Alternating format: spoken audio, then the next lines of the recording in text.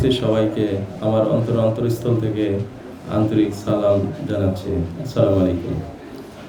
আজকে আসলে বলার কিছুই নেই। যারা এখানে উপস্থাপন করেছে, অন্তরে হৃদয়ে এত ব্যথা লেগেছিল, মানে ভাষায় প্রকাশ করার মতো না। তো এই ভারাক্রান্ত হৃদয় নিয়ে আসলে এখানে শোক সম্ভ্রান্ত যারা পরিবার আছে তাদেরকে অন্তরের থেকে দোয়া করা ছাড়া, ধৈর্য ধারণ করা ছাড়া আমার পক্ষ থেকে আর কিছুই করার নেই। এবং আল্লাহ তাআলার কাছে দোয়া করব যেন তারা শহীদের মর্যাদা পান এবং জান্নাত পান। আর যারা আজকে উদ্যোগ নিয়ে আপনাদেরকে এখানে ডেকেছেন তাদেরকে আমি অনেক মহৎ মনে করি যে বাংলাদেশে এত বড় একটা ছাত্র আন্দোলনে এত শহীদ হয়েছেন যে কেউ এই পর্যন্ত এগিয়ে আসেনি। শুধুমাত্র একমাত্র বাংলাদেশ জামাত ইসলামী যারা নেতৃবৃন্দ আছেন তারা আপনাদেরকে সহযোগিতার হাত বাড়িয়ে দিয়ে আপনাদের সাথে হাতে হাত মিলিয়ে কাঁধে কাঁধ মিলিয়ে একসাথে তার কষ্ট দুঃখ সব কিছু শেয়ার করেছে। এই জন্য আমি তাদেরকেও ধন্যবাদ জানাই।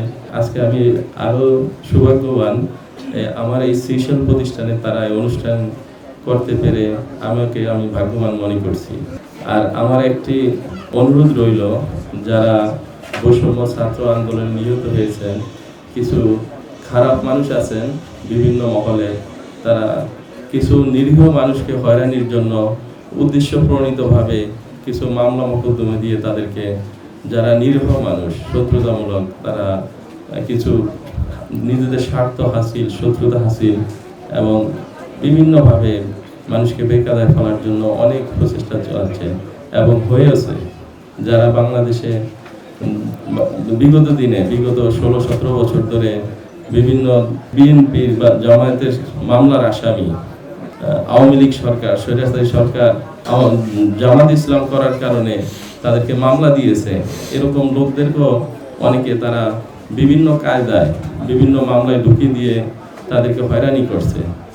তো এই বিষয়গুলি আমি যারা বাংলাদেশ সংবাদ মাধ্যম, ইলেকট্রনিক মিডিয়া, টিভি মিডিয়া, তাদের দৃষ্টি আকর্ষণ করছি এই বিষয়টি যেন তারা সতর্কতার সাথে দেখেন, যেন নিরীহ মানুষ হয়রানি না হন।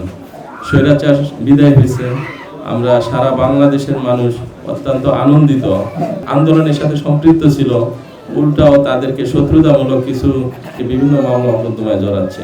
তো এই বিষয়টি আসলে আপনারা একটু সবাই যারা এখানে আছে সবাই প্রতি দৃষ্টি আকর্ষণ করছি।